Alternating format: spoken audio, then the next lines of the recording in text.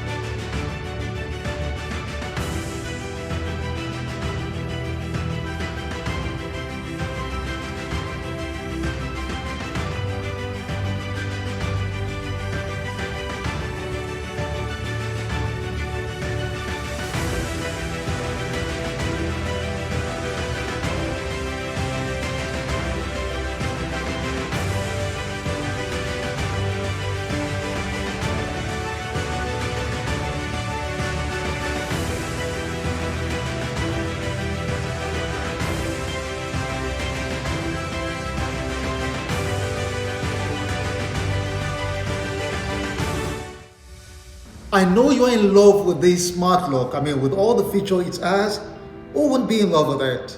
I mean, it's friendly, it's so simple and very easy to use. So why waiting? Order for yours now by dropping a message in the comment section below or contact us via our various platforms.